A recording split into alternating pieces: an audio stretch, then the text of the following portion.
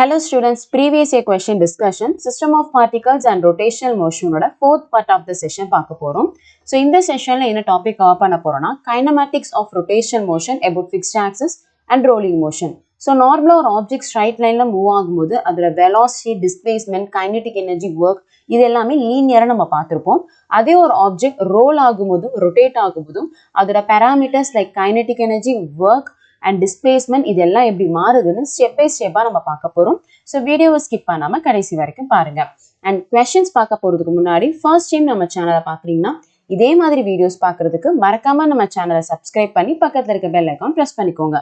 And also NEET and JEE physics regarding உங்களுக்கு ஏதாவது doubts or queries இருந்துச்சுன்னா descriptionல Instagram link கொடுத்திருக்கேன். So அதை யூஸ் பண்ணி நீங்க contact பண்ணலாம். இப்போ questions பார்க்க ஆரம்பிக்கலாம். அடுத்த question பார்க்கலாம். The angular speed of a flywheel moving with the uniform angular acceleration changes from 1200 rotation per minute to 3120 rotation per minute in 16 seconds. So initial and final frequency கொடுத்திருக்காங்க with respect to time. அவங்க என்ன கேக்குறாங்கன்னா the angular acceleration in radian per second squareல கேக்குறாங்க. So first with respect to frequency angular velocity கண்டுபிடிக்கலாம். So initial frequency Fi is equal to 1200 rotation per minute வரும். So மினிட்டுக்கு பதிலா நம்ம செகண்ட்ஸ்க்கு மாத்தலாம். ஏன்னா SI யூனிட் வந்து செகண்ட். அப்போ 60 செகண்ட்ஸ்னு எழுதிக்கலாம். அப்போ இங்க 0 கேன்சல் ஆயிரும். பேலன்ஸ் இது கால்குலேட் பண்ணோம்னா நமக்கு 20 ரொட்டேஷன் பர் செகண்ட் கிடைக்கும். இதுதான் நமக்கு initial frequency. With respect to this frequency, initial angular velocity கண்டுபிடிக்கலாம். That is omega is equal to 2 pi f. So substitute பண்ணலாம். Omega I is equal to 2 pi f என்ற இடத்துல 20. That will be 40. So omega I is equal to 40 pi radian per second. Okay. So இதே மாதிரி final angular velocity கண்டுபிடிக்கலாம். So first அதோட frequency பார்க்கலாம். So final frequency is equal to 3120 rotation per minuteக்கு பதிலா seconds மாத்தலாம். So 60 seconds. So again 0 cancel ஆயிரும் and this is 1 and 52. கரெக்டா? அப்போ final frequency வந்துட்டு 52 rotation per second. இதை வச்சு final angular velocity கண்டுபிடிக்கலாம். Omega f is equal to again 2 pi f என்ற இடத்துல 52. So இதை calculate பண்ணோம்னா we will get 104 pi. இதுதான் நமக்கு omega f. So initial final ரெண்டுமே கண்டுபிடிச்சிட்டோம். And also டைமும் கொடுத்திருக்காங்க. T is equal to 16 second. So இதை வச்சு alpha கண்டுபிடிக்கலாம். So formula omega f is equal to omega I plus alpha t. Okay. இப்போ substitute பண்ணலாம். omega f என்ற இடத்துல 104 pi equal to omega I என்ற இடத்துல 40 pi plus alpha t என்ற இடத்துல 16 seconds. Okay. இப்போ 40 pi oppositeல போயிடுச்சுன்னா 104 minus 40 and common நம்ம pi எடுத்துக்கலாம். That is equal to alpha into 60. Okay. So இப்போ 104 minus 40 we will get it as 64. So இங்க எழுதுறேன். So 64 pi by 16 denominator கொண்டு வந்துடலாம். That is equal to alpha. And cancel பண்ணலாம். This is 1 and this is 4. So 4 pi radian per second square. So இதுதான் நமக்கு angular acceleration alpha. We'll check the option. Option 4 is the right answer. அடுத்த question இது கொஞ்சம் step by step பார்க்கணும். An automobile moves on a road with the speed of 54 km per hour. The radius of its wheel is 0.45 meter. And moment of inertia of the wheel about an axis of rotation is 3 kg meter square. So first moment of inertia I கொடுத்திருக்காங்க. That is 3 kg meter square. And radius of the wheel கொடுத்திருக்காங்க. R is equal to 0.45 meter. Next என்ன சொல்றாங்கன்னா if the vehicle is brought to rest in 15 seconds. So 15 seconds கழிச்சு ரெஸ்ட்டுக்கு வந்துருச்சு. அவங்க கேட்கறது the magnitude of average torque கேட்குறாங்க. So first step by step போலாம். Initial velocity 54 km per hour னு கொடுத்திருக்காங்க. அது நம்ம SI யூனிட்டுக்கு ஃபர்ஸ்ட் மாத்தலாம். So 54 km per hour எப்படி SI யூனிட்டுக்கு மாத்துவோம்? Into 5 by 18. அப்ப cancel பண்ணா this is 1 and 3. 3 5s are 15 meter per second. So இதை வச்சு angular velocity கண்டுபிடிக்கலாம். V is equal to R omega. அப்போ omega is equal to V by R. So V என்ற இடத்துல நமக்கு 15 இருக்கு. R என்ற இடத்துல 0.45 meter. So இதுதான் omega. So இங்க multiply and divide by 100 பண்ணலாம். அப்போ 1500 by 45 னு வரும். And இதை நம்ம cancel பண்ணலாம். அப்படி cancel பண்ணா we will get the answer as 100 by 3 radian per second. Okay. fine. So next இப்போ நம்ம என்ன கண்டுபிடிக்கணும்னா angular acceleration கண்டுபிடிக்கணும். ஏன் அப்படின்னா இங்க இனிஷியலா angular velocity omega I கண்டுபிடிச்சிட்டோம். That is omega I is equal to 100/3 radian per second. And finally அது ரெஸ்ட்டுக்கு வருதுன்னு சொல்லியிருக்காங்க. ரெஸ்ட் அப்படின்னா omega f வந்து 0 ஆயிரும் and time t is equal to 15 seconds. So இந்த டேட்டாலாம் இருக்கிறனால இதை வச்சு angular acceleration alpha கண்டுபிடிக்கலாம். That is equal to final angular velocity minus initial angular velocity by time t. Okay. அப்ப இங்க substitute பண்ணலாம். 0 minus 100/3 by 15. Okay.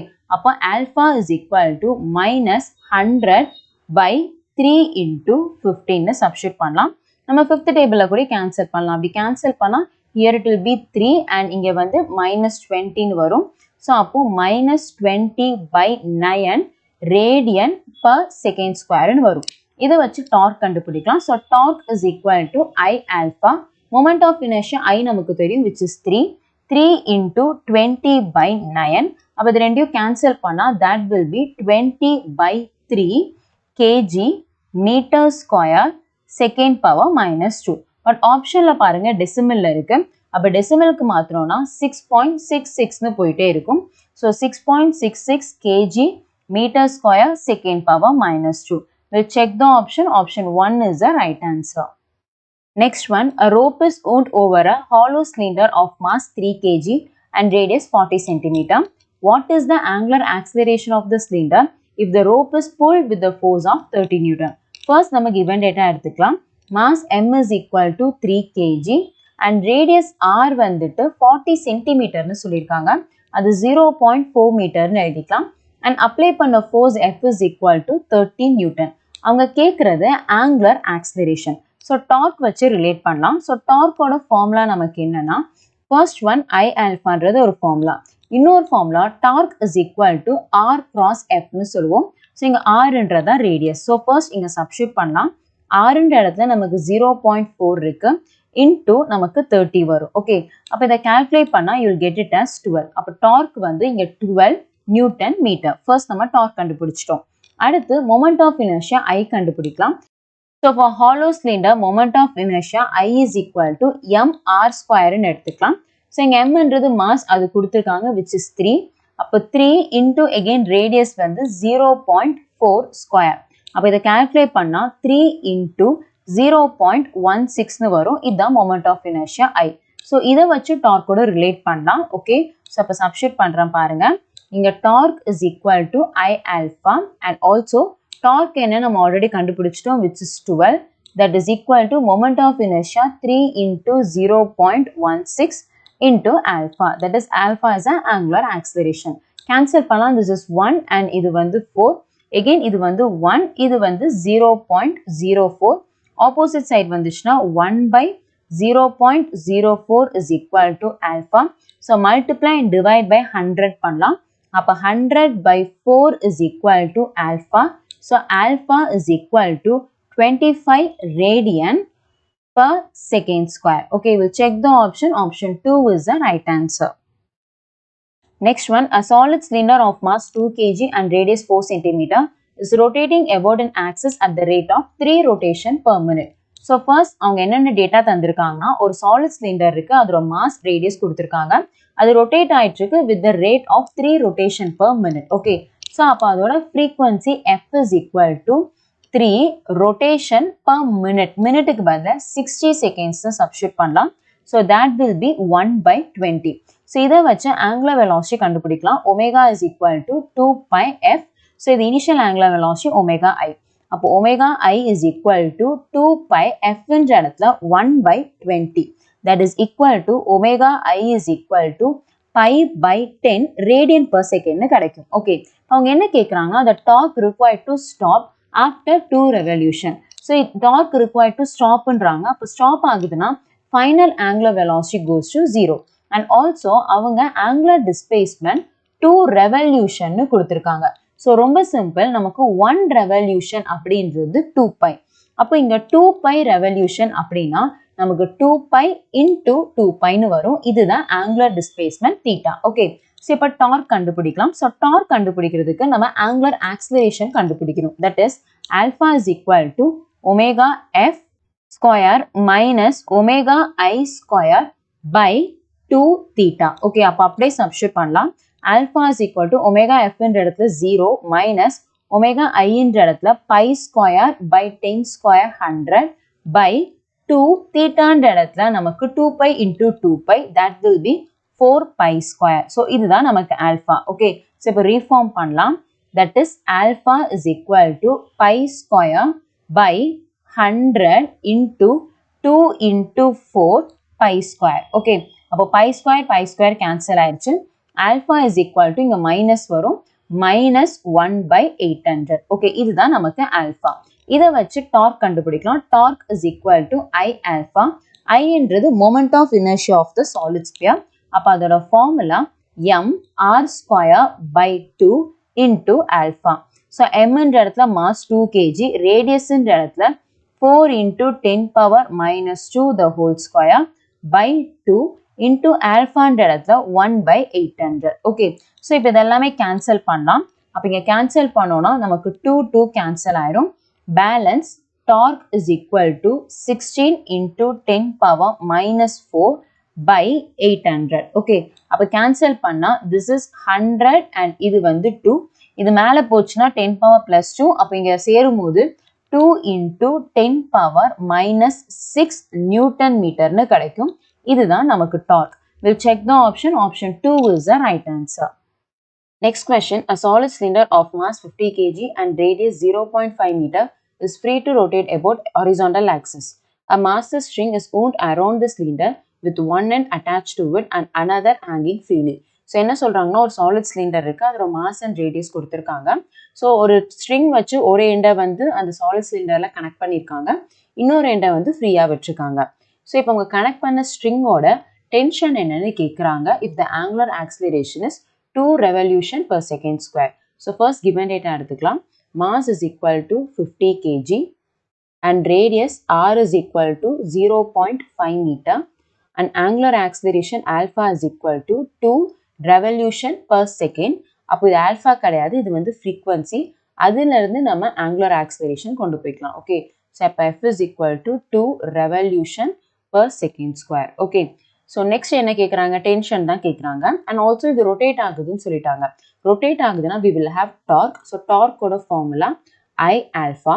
டார்க்குக்கு இன்னொரு ஃபார்முலா இருக்குது r cross f. கரெக்டாக இங்கே rன்றது ரேடியஸ், fன்றது ஃபோர்ஸ். இங்கே கொடுத்துருக்க ஃபோர்ஸ் வந்து டென்ஷன் தான், அப்போ டென்ஷன் எடுத்துக்கலாம். அப்போ I alpha is equal to rன்றது ரேடியஸ், fன்றது டென்ஷன். டென்ஷன் தான் கண்டுபிடிக்கணும். அதுக்கு மொமெண்ட் ஆஃப் இனர்ஷியா நமக்கு தெரியணும். So moment of inertia formula என்ன, that is I is equal to mr square by 2. This is for the solid cylinder. So solid சிலிண்டருக்கு moment of inertia எழுதியாச்சு. இப்போ சப்ஸ்டியூட் பண்ண ஆரம்பிக்கலாம். அதுக்கு முன்னாடி ஆல்ஃபா என்னன்னு தெரியணும். கரெக்டா? ஸோ அப்போ ஆல்ஃபா இஸ் ஈக்குவல் டு நமக்கு 2 ரெவல்யூஷன் சொல்லியிருக்காங்களா. 1 ரெவல்யூஷன் ஹேஸ் 2 பை ரேடியன். கரெக்டா? அப்போ இங்கே 2 ரெவல்யூஷன் போது 2 into 2 pi by second square, that is 2 pi radian per second square. அப்போ இங்கே ஆல்ஃபான்றது 4 pi radian per second square. Okay, அப்போ இங்கே சப்ஸ்டியூட் பண்ண ஆரம்பிக்கலாம். நமக்கு ஐன்றது மொமெண்ட் ஆஃப் இனர்ஷியா, அந்த இடத்துல mr square by 2 4 pi that is equal to again radius r வருது, tension t. ஓகே, ஃபர்ஸ்ட் இங்கே r நமக்கு கேன்சல் ஆயிடுச்சு. பேலன்ஸ் mன்ற இடத்துல வந்து 50, rன்றது radius 0.5 into 4 pi by 2 that is equal to t. Okay, cancel பண்ணால் இது 1, இது வந்து 2. ஓகே, ஸோ அப்போ 50 into 0.5 into 2 வந்து நமக்கு 1 வரும். ஸோ அப்போ 1 pi. அப்போ tension T is equal to 50 pi Newton வரும். பட் ஆப்ஷனில் பை இல்லை, அப்போ அதை எக்ஸ்பேண்ட் பண்ணலாம். அப்போ 50 into பையோட வேல்யூ என்ன, 3.14. ஓகே, ஸோ அப்போ 50 into 3.14 that will be 157 Newton. We'll check the option. Option 4 is the right answer. அடுத்த question. A uniform circular disc of radius 50 cm at rest is free to rotate about an axis that is perpendicular to its plane and passes through its center. So, ஒரு uniform disk இருக்கு, அதோட radius கொடுக்குறாங்க. R is equal to 0.5 meter and இனிஷியலாக அது ரெஸ்ட்ல இருக்கு. அப்போ omega I வந்து 0. Next என்ன சொல்றாங்கன்னா, it is subjected to a torque that produces a constant angular acceleration of 2 radian per second square. Its net acceleration at end of 2 seconds. So angular acceleration கொடுத்துட்டாங்க. Alpha is equal to 2 radian per second square. At the end of 2 seconds, acceleration கேக்குறாங்க. Okay. அப்ப time t is equal to 2 seconds.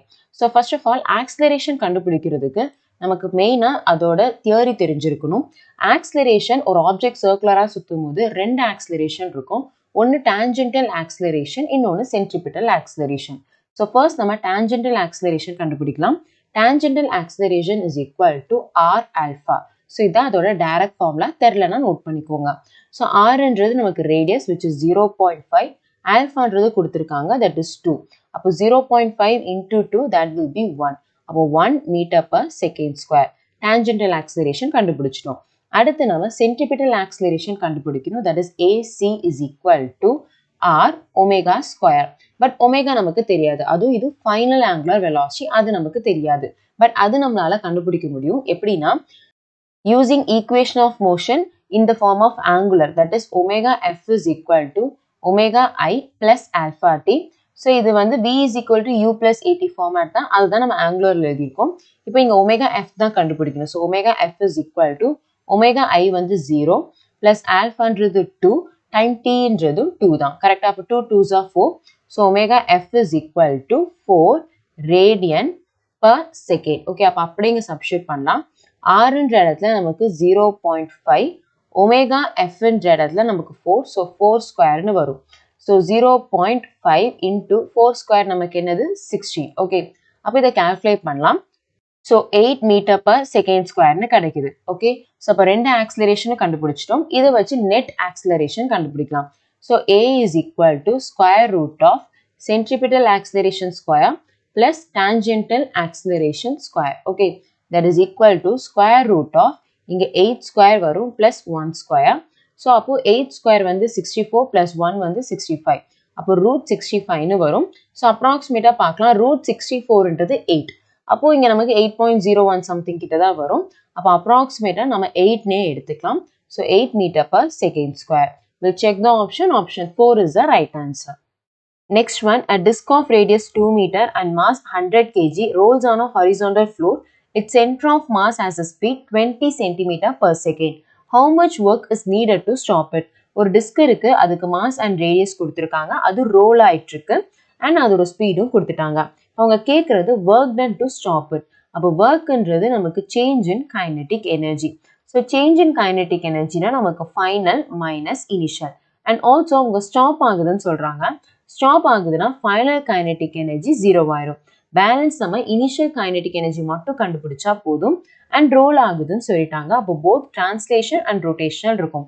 அப்போ அதோட formula translationக்கு half m v square plus rotate ஆகுதுன்னா half I omega square. So நமக்கு velocity mass கொடுத்திருக்காங்க, I தெரியாது. So moment of inertia for the disk, அதோட formula half m r square. And அதே மாதிரி v is equal to r omega. அப்போ omega is equal to v by r. அப்படியே நம்ம substitute பண்ணலாம். அப்போ initial kinetic energy is equal to half m v square plus half I என்ற இடத்துல நமக்கு 1 by 2 m r square into omega என்ற இடத்துல v square by r square. Okay, அப்போ நம்ம cancel பண்ணலாம். அப்போ r square cancel ஆயிரும். Balance நமக்கு 1 by 2 mv square common into 1 plus 1 by 3. Okay, அப்போ substitute பண்ணலாம். நமக்கு 1 by 2 mass என்ற இடத்துல 100, velocity என்றது 20 cm per second இருக்கு. அது மீட்டருக்கு மாத்திரம். அப்போ 20 into 10 power minus 2 the whole square into 3 by 2. Okay, so அப்போ இங்க பார்க்கலாம். இங்க நமக்கு reform பண்ணோம்னா 100 by 2 into 20 into 20 வந்து 400 into 10 power minus 4 into 3 by 2. Okay, அப்போ இங்க பார்க்கலாம். நமக்கு இங்க 200, இது வந்து 1, again இது வந்து 1, இது வந்து 100. Okay, அப்போ டோட்டலா இங்க பார்க்கலாம். நமக்கு இங்க 4 zeros இருக்கு. அப்போ 10 power 4 இங்க minus 4 into 3. அப்போ இது கேன்சல் ஆயிடுச்சு அப்படின்னா 3 joule. அதுதான் initial kinetic energy, அதுதான் workக்கும் கூட. அப்போ ஆப்ஷன் பார்க்கலாம். Option 1 is the right answer. Next one, a uniform rod of length 200 centimeter and mass 500 gram is balanced on a wedge placed at 40 centimeter mark. So ஒரு wedge வந்து 40 centimeterல வச்சிருக்காங்க இந்த இடத்துல. Next என்ன சொல்றாங்கன்னா, a mass of 2 kg suspended from the rod at 20 centimeter. Okay, இது 20 centimeter and wedge வந்து 40 centimeterல இருக்கு. Next என்ன சொல்றாங்க, another unknown mass m is suspended from the rod at 160 centimeter mark as shown in the figure. Find the value of m such that the rod is in equilibrium. So அப்போ டோட்டலாக இங்கே 3 mass இருக்கு. என்னன்னா இங்கே 2 வந்து hang ஆயிருக்கு. ஒன்று வந்துட்டு இந்த ராடோட சென்டர் ஆஃப் மாஸ் ஆக்ட் ஆயிருக்கும். ஸோ ராடோட சென்டர் ஆஃப் மாஸ் வந்து சென்டர்ல தான் ஆக்ட் ஆயிருக்கும். அப்போ டோட்டல் லென்த் வந்து 200 சென்டிமீட்டர்னா இதோட 100th சென்டிமீட்டர்ல தான் நமக்கு சென்டர் ஆஃப் மாஸ் ஆக்ட் ஆயிருக்கும். அண்ட் ஆல்சோ ராடோட மாஸ் வந்து 500 கிராம், தட் இஸ் 0.5 kgன்றாங்க. அப்போ 0.5 g, that is acceleration due to gravity act ஆயிருக்கும். and இந்த பொசிஷன் வந்து 100 சென்டிமீட்டர். ஓகே, ஸோ இப்போ என்ன சொல்றாங்கன்னா, இந்த சிஸ்டம் வந்து ஈக்லிபிரியம்ல இருக்கு. அப்போ சிஸ்டம் ஈக்லிபிரியம்ல இருக்குன்னா with respect to the wedge ரெண்டு சைடும் டார்க் வந்து சேமா இருக்கும். அப்போ இங்க இருந்து இந்த சைடு நம்ம டார்க் பார்க்கலாம். டார்க்கோட formula R cross F. So இங்க ஆர்ன்றது டிஸ்டன்ஸ், எஃப்ன்றது ஃபோர்ஸ். அண்ட் எல்லா பிளாக்லையுமே நமக்கு கிராவிடேஷன் ஃபோர்ஸ் தான் ஆக்ட் ஆகும். ஸோ இங்கே நமக்கு 2g ஒர்க் ஆகும் அண்ட் இங்கே வந்து mg ஒர்க் ஆகும். கரெக்டா? ஸோ இப்போ ஈக்குவேட் பண்ண ஆரம்பிக்கலாம். இந்த வெட்ஜில் இருந்து லெஃப்ட் சைடு நான் பார்க்குறேன். நமக்கு இங்கேருந்து வெட்ஜ் வரைக்கும் 40 சென்டிமீட்டர், இந்த மாஸுக்கு 20, அப்போ நடுவில் இருக்கிற டிஸ்டன்ஸ் வந்து 20 சென்டிமீட்டர். ஓகே, அப்போ சப்ஸ்டியூட் பண்ணலாம். இந்த சைடில் இருக்கிற டிஸ்டன்ஸ் வந்து 20 சென்டிமீட்டர் இன்டூ அதோட ஃபோர்ஸ் பார்க்கலாம், gravitation force 2g. Okay, that is equal to, next வெட்ஜுக்கு ரைட் சைடில் பார்க்கலாம். ஃபர்ஸ்ட் நம்ம gravitation force for the rod பார்த்துடலாம். அதோட மாஸ் வந்து 0.5 and acceleration due gravity g, அதோட லென்த் பார்க்கணும். ஸோ இது 100th பொசிஷன்ல இருக்கு, வெட்ஜ் வந்து 40ல இருக்கு. அப்போ இந்த டிஸ்டன்ஸ் என்னவா இருக்கும், 60யா இருக்கும். That is 100 minus 40, 60. அப்போ டிஸ்டன்ஸ் வந்து இன்டூ 60 பிளஸ் நெக்ஸ்ட் பார்க்கலாம். இந்த மாஸ் இருக்கு, இதுக்கும் எகைன் கிராவிடேஷன் ஃபோர்ஸ் mgன்னு எடுத்துக்கலாம். அதோட மாஸ் தான் நம்ம கண்டுபிடிக்கிறோம். அண்ட் அதோட பொசிஷன் பாருங்க, அது வந்து 160 சென்டிமீட்டர் பொசிஷன்ல இருக்கு, வெட்ஜ் வந்து 40ல இருக்கு. அப்போ இந்த டிஸ்டன்ஸ் நம்ம பார்த்தோம் அப்படின்னா 160 minus 40, that will be 120. Okay, அப்போ இங்க 120 சென்டிமீட்டர்னு எழுதிக்கலாம். அப்போ இன்டூ 120 சென்டிமீட்டர். ஓகே, ஸோ அப்போ நம்ம இங்கே எல்லாத்தையும் கேன்சல் பண்ண ஆரம்பிக்கலாம். எல்லாமே சென்டிமீட்டரில் தான் இருக்குது. ஃபர்ஸ்ட் நம்ம சென்டிமீட்டர் கேன்சல் ஆயிரும் அண்ட் ஜியும் காமனாக இருக்குது, ஜியும் கேன்சல் ஆயிரும். ஓகே, ஸோ அப்போ பேலன்ஸ் பார்க்கலாம். இங்கே வந்து 40, so 40 is equal to 0.5 into 60, that will be 30 plus நமக்கு 120 m. அண்ட் இது ஆப்போசிட்டில் போச்சுன்னா 10, 10 is equal to 120 m, 0 cancel ஆயிரும். அப்போ m is equal to 1/12 kg. So we'll check the option. Option 4 is the right answer. Next one, two rotating bodies A and B of mass m and 2m with moment of inertia IA and IB have equal kinetic energy. So ரெண்டு பாடி இருக்கு A and B, அதோட mass relation கொடுத்துருக்காங்க, moment of inertia ரிலேஷனும் கொடுத்துருக்காங்க. And அவங்க சொல்றது அதோட kinetic energy equal. இப்போ அவங்க என்ன கேட்குறாங்கன்னா LA and LB, that is angular momentum relation கேட்குறாங்க. So first of all, kinetic energy is equal to L square by 2I. So அவங்க என்ன சொல்றாங்கன்னா they have equal kinetic energyன்றாங்க. So அப்போ kinetic energy of Aவும் Bயும் equal. So இப்போ நம்ம substitute பண்ண ஆரம்பிக்கலாம். Kinetic energy of A is equal to angular momentum of A square by 2I for A, that is equal to angular momentum for B square by 2IB. Okay, so அப்போ இங்க பாருங்க 2 cancel ஆயிரும். அப்போ LA square by LB square, that is equal to IA by IB. அப்போ பாருங்க நமக்கு LA square is proportional to IA, அதே மாதிரி LB square is proportional to LB. அப்போ இங்க ரிலேஷன்ல பார்க்கலாம், that is IB is greater than IA இருக்கு. அப்போ directly proportionalனால LB is greater than LA. We'll check the option. Option 3 is the right answer. Okay students, இப்போ வீடியோட எண்டுக்கு வந்துட்டோம். இந்த கொஸ்டின்ஸில் உங்களுக்கு ஏதாவது டவுட் இருந்ததுன்னா கமெண்ட் பண்ணுங்க. அண்ட் இந்த வீடியோ உங்களுக்கு யூஸ்ஃபுல்லாக இருந்துச்சுன்னா லைக் அண்ட் ஷேர் பண்ணுங்க. அண்ட் இதே மாதிரி வீடியோஸ் பார்க்குறதுக்கு மறக்காம நம்ம சேனலை சப்ஸ்கிரைப் பண்ணி பக்கத்தில் இருக்க பெல் ஐக்கான் ப்ரெஸ் பண்ணிக்கோங்க. Thank you students.